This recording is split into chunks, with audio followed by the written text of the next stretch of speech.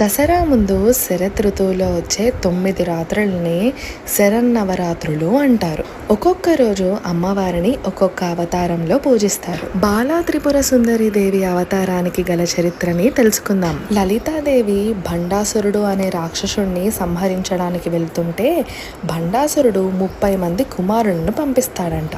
చిన్న కుమారుల్ని సంహరించడం ఎలా అని లలితాదేవి ఒక చిన్న బాలికను సృష్టించారు. ఆమె పేరే బాల. బాలాదేవి హంసల మీద వచ్చి అర్ధచంద్ర బాణంతో ఒకేసారి 30 మందిని సంహరించారట.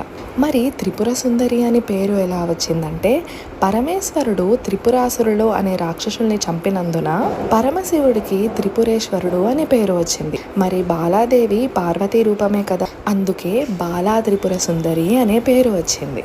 బాలాదేవి వయసు 8 నుండి 10 సంవత్సరాల లోపు ఉంటుందంట. అందుకే ఈరోజు చిన్నపిల్లల్ని అమ్మవారుగా భావించి